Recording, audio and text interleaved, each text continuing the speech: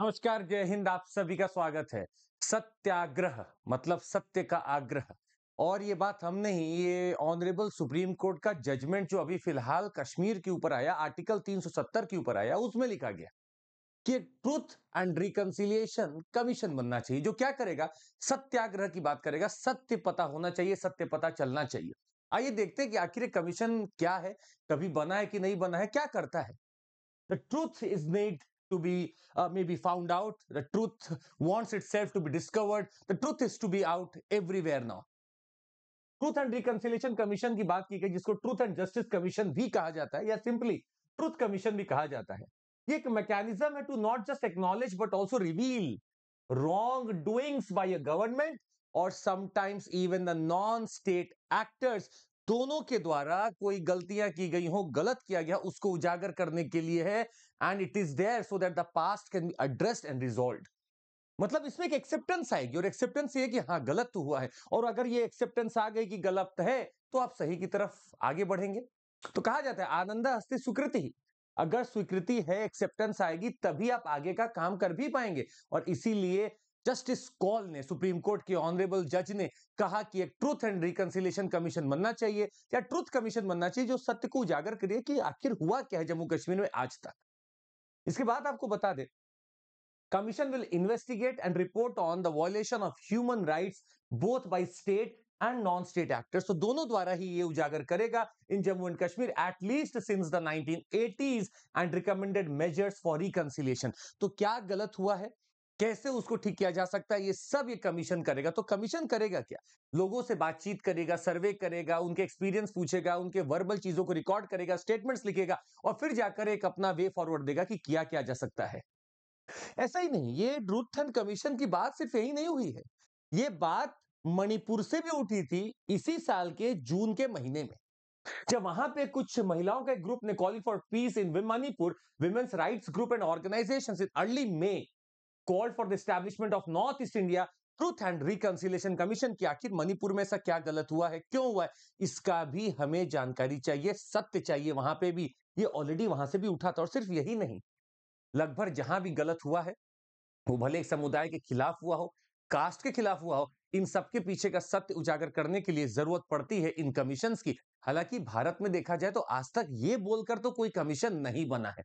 ये पहली बार होगा अगर कमीशन बनता है तो। ये जजमेंट कल आया है, और अभी तक इसके पहले का कोई हमारे पास प्रावधान नहीं कि कभी बना हो। हमने पढ़ने की कोशिश की एक बुक, और उस बुक का जो ऑथर है उनके, वो है प्रिसिला बी हेनर। इन्होंने बताया कि ट्रुथ कमीशन क्या क्या करता है।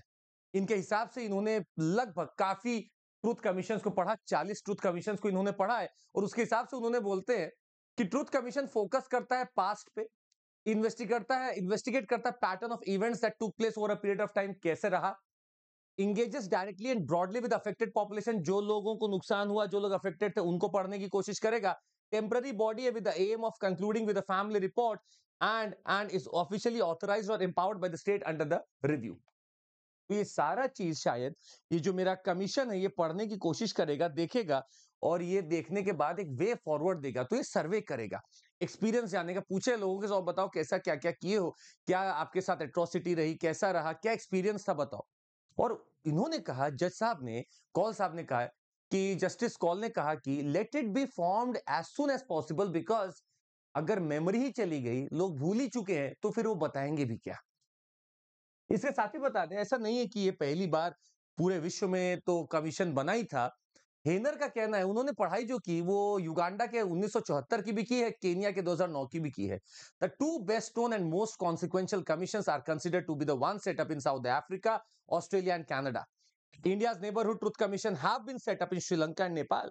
तो हमारे नेबरहुड में श्रीलंका और नेपाल में भी ट्रूथ कमीशन बना हुआ है, और इन्होंने 40 ट्रूथ कमीशन की पढ़ाई की है।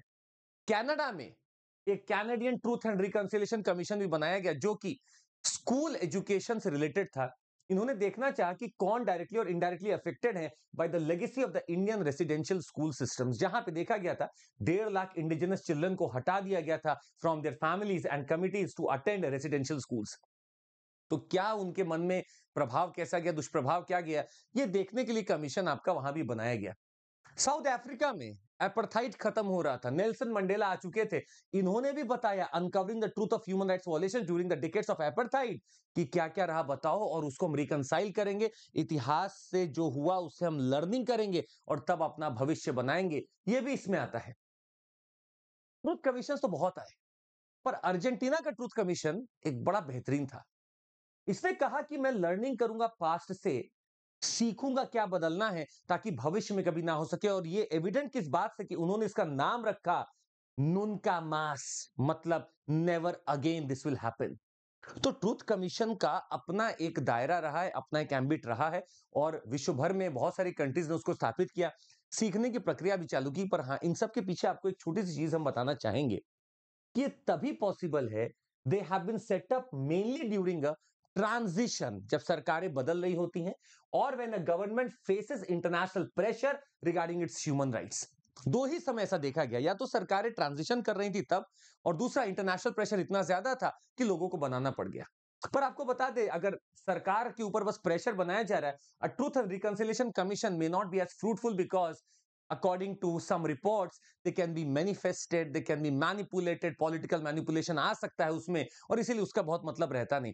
अगर स्वतः बना जाए सरकार के ट्रांजिशन के दौरान तो फिर भी सत्य उजागर होगा, पर अगर प्रेशर के कारण बनाया जाएगा तो बड़ा मुश्किल है कि सत्य उजागर हो पाएगा। कश्मीर का सच क्या है, वो वहां के लोगों के मन में, जहन में बैठा है। उस जहन को पढ़ना पड़ेगा, समझना पड़ेगा, सर्वे करना पड़ेगा और बात चालू करनी पड़ेगी। सबसे बड़ी बात है, बात चालू करनी पड़ेगी, इससे पहले कि बात ही खत्म हो जाए, बात चालू करनी पड़ेगी। और ये शायद ट्रुथ कमीशन पहली बार ऐसा बनेगा। हाँ, बनेगा एक स्टैट्यूट के द्वारा, अगर बना तो, या सुप्रीम कोर्ट ने बोला तो कोई ना कोई, या तो सरकार लॉ लेके आए, या एग्जीक्यूटिव डिसीजन ले सकती है, वहां पे प्रेसिडेंट बना सकते हैं। देखना बाकी है कि कैसे बन के आता है। फिलहाल हमारे पास ऐसा कोई कमीशन नहीं रहा है। आपको बता दें, अगर आपको ऐसी ही चीजों को सीखना है, समझना, पढ़ना है, तो आप जुड़ सकते हैं हमारे साथ। और ये चैंपियनशिप हो रहा है, आपके लिए एक बड़ा बढ़िया मौका है। बहुत कम प्राइस में बहुत बड़ा कोर्स ले सकते हैं। आप चैंपियनशिप में कुछ जवाब सही कर दीजिए, और अगर आप उसमें बढ़िया कर देते हैं, एक से एक चीज आपको मिल सकती है। लैपटॉप से लेके आईपैड से लेके एक से एक चीज आपको मिलेगी। प्रीलिम्स टेस्ट सीरीज है, और you can get a day with bureaucrat. ये सब आपको मिलेगा। अभी डिस्क्रिप्शन में जाइए, लिंक पे क्लिक करिए, रजिस्टर कर दीजिए, इंतजार मत करिए। हमारा रफ्तार बैच है, क्रैश कोर्स 2024 के लिए ऑलरेडी चालू हो चुका है, और ये 6 महीना बाकी है, इसीलिए इसमें कोशिश किया जा रहा है कि आपको बेहतरीन चीज दी जाए। और 8 साल हो चुके हैं अकेडमी को, और आप लोग का बहुत बहुत धन्यवाद कि आप हमेशा जुड़े रहे हम लोग के साथ। 15 से लेके 23 तक lot of things have already happened, and I must say कि हमारा टेस्ट सीरीज भी चालू है, और हमारे पास ईएमआई फैसिलिटी भी है, तो आप उसका भी पूरा लाभ ले सकते हैं। That would be all from my side. Thank you so much, take care, जय हिंद, ध्यान रखिएगा।